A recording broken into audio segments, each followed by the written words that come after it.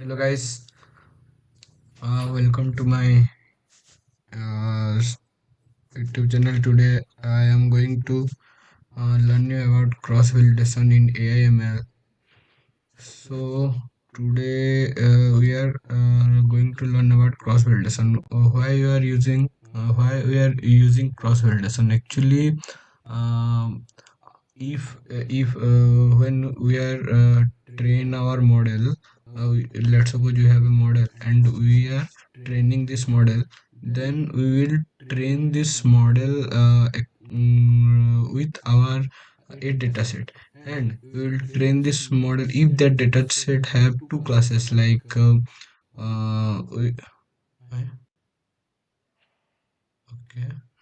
If that dataset has two classes with means we will divided that dataset into training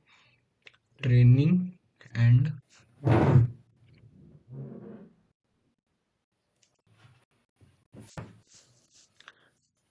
training and testing training and testing.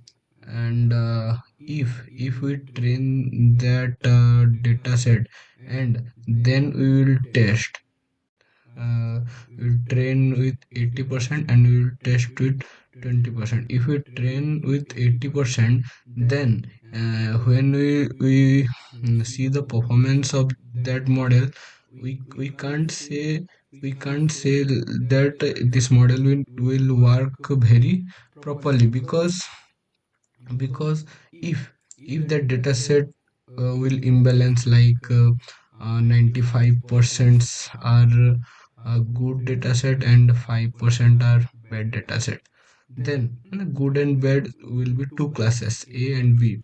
Then if that data set whole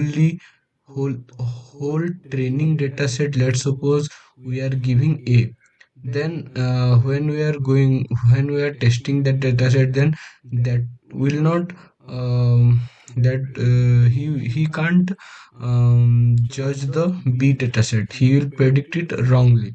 That's why we use cross validation, so that it will work or perform very nicely at the real world. So cross validation, we can say in these are of four types. One is holdout validation, one is K cross validation, one is stratified K fold cross validation, and LOCV validation.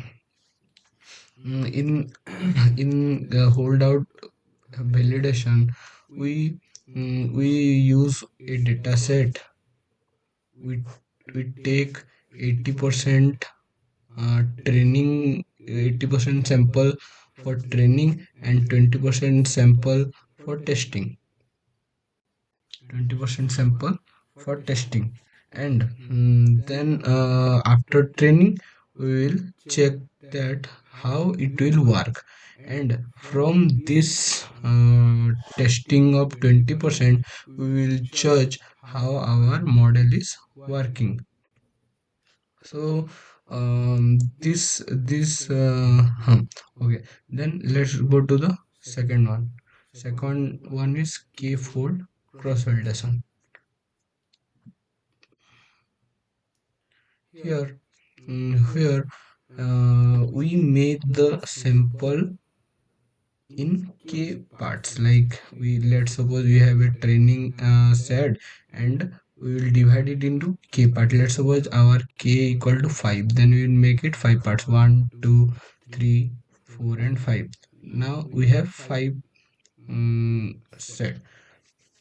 And in k fold cross validation, we uh, train we train these all parts are called fold. This is fold 1, this is fold 2, this is fold 3, this is fold 4, and this is fold 5. Now we will take fold 1 for testing in iteration 1. In iteration 0 we will fold 1 for testing, and f2, f3, f4 and f5 for training. And we will we will note out the performance. Then in iteration 1, we will take F2 for testing and rest for training. Then in I equal to 2, we will take F3 for testing, rest for training. In I equal to 3, F4 for testing, rest for mm, training. In iteration 4, we will take F5 for testing and rest for training. And after noting down all the performances, we will after noting down all the performances, we will make a average of that. We will make a average of that, and we will get the performance. Simple. So this is k-fold cross validation. Now let's go to stratified k-fold cross validation. In this, we have a sample. We have a sample data. Let's suppose that sample data. Let's suppose that sample data have two classes, class A and class B. And let's suppose class A is 90% and class B is 10%. Let's suppose. Let it be. So here, here we make our sample to k parts. Let's suppose let's suppose k equal to 5, and we dividing our sample into 5 parts. Let's suppose k equal to 5. We divide it into 5 parts. Okay, 5 parts. Now the main work is, this is F1, this is F2, this is F3, this is F4, this is F5. Now the main part is here. We will we will choose our training and testing data in every fold. Like if I take the fold 2, now I will divide this fold into 90% into 90% and 10%. Now I will divide it into 90% and 10%. Now I will take this 90% for testing and this 10% for training. Like that, I will divide all the folds into 90 and 10%, and I will train the 90% and test the 10%. Like that, I will do all the iterations, and I will take the average. Stratified k-fold cross validation is very useful for imbalanced data sets. Imbalanced data set because we are dividing all the folds in that parts, 90 and 10, A and B, how much they are. We are dividing all the parts. That's why this is very good in imbalance. But mm, this is very unuseful when the dataset is big, because this is very complex method. So when the dataset is big, we can't afford this method, because it will very cost taking. So we prefer to k-fold cross validation and all. And at last, if we take LOOCV, leave leave one out leave one out cross validation. This is a very nice method and complex too. If we have n number of samples then we will train n minus 1 and and test one sample. Train n minus one sample and test one sample. So we have to do this thing for n times. For n times. This is also very precise but very time taking and costly. So used mostly used for simple datas, small datas, uh, and very important data like if we take data from medical hospitals and all, which are very crucial, very sensitive data. So we should use 35k fold cross validation and leave one out cross validation for that type of data, sensitive data. Now we will go towards another topic, that is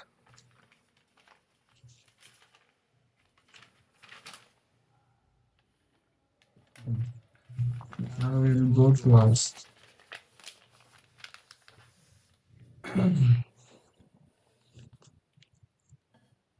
confusion matrix.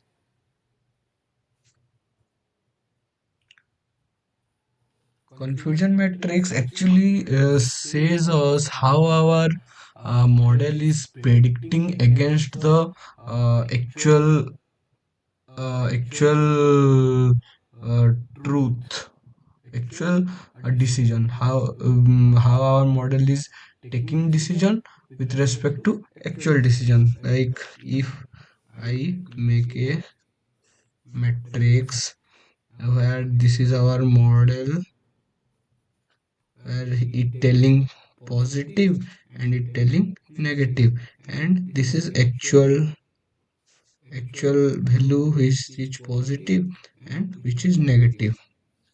If the value is positive and our model is also saying that this is positive, I mean our model is also predicting that this is positive, then this is called true positive. But when our model is saying negative to the positive value, then it will false. It will false positive. Sorry, this will be true negative.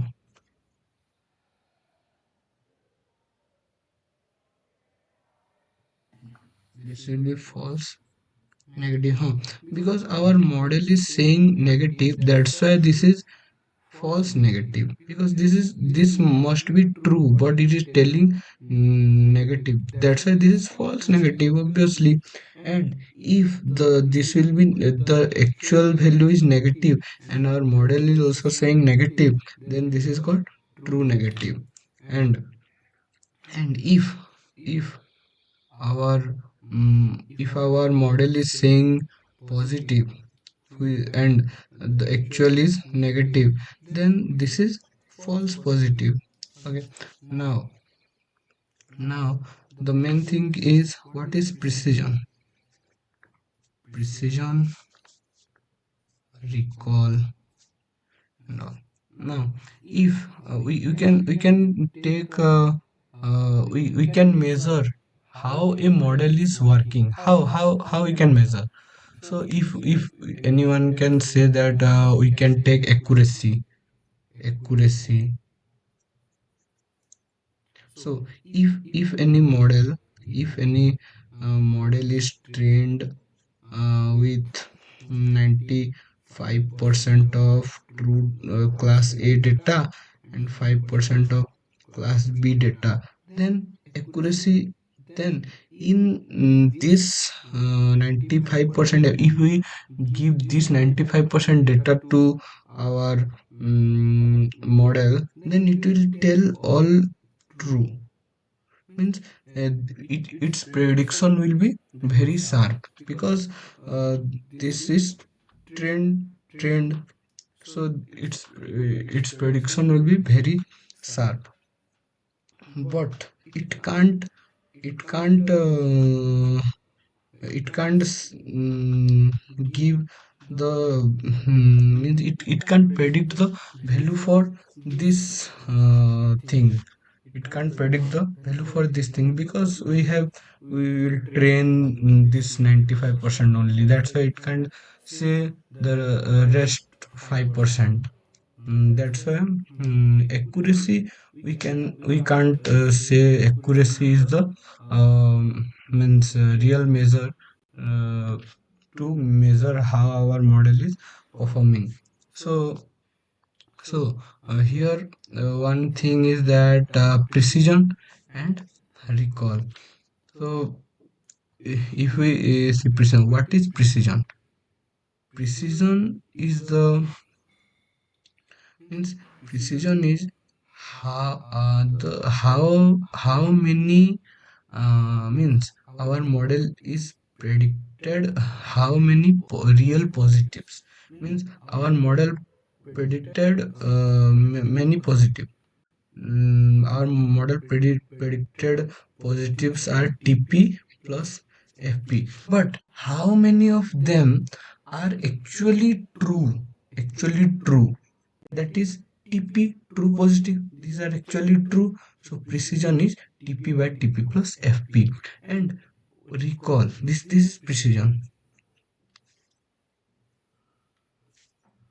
means from how many uh, predicted positive, how many are actually positive. This is called precision. And recall or sensitivity,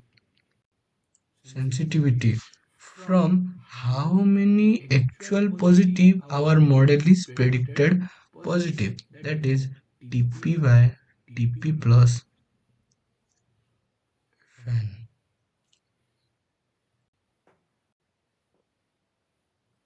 Hmm, let me check. I am just confused. Yes, it is correct. Correct. Okay. So this is, but from this also, from this also, we can't judge a model. So we will take harmonic of precision and recall, and from this we can say that our model is, means how our model is working. Let's suppose means that, and that is called F1 score. It's called F1 score, 2 into precision into recall divided by precision plus recall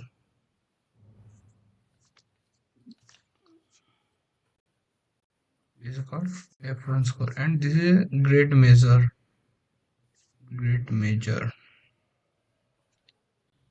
for. And I can also explain what is AI, what is ML, and what is deep learning. AI is the wholesome thing. It's how a computer is thinking or doing, which can men do. That is called all artificial intelligence. And what is ML and deep learning? ML is a part of AI. ML is a part of AI, that is machine learning, means how a computer will work like a man. In general, a human always learn after doing something. Okay, after doing something means he, if someone means like our mother father tells us this is car, this is bus, then only we able to know that this is car, this is bus. Like that, if we train our model that this is car and this is bus, then he will also able to predict that. That is called ML. And deep learning is the another subset of ML, in which The machine learns to predict the complex things like images, videos, where more than means where complex features are there, multiple features are there. In that case, we use deep learning, and this is about AML basics. Thank you.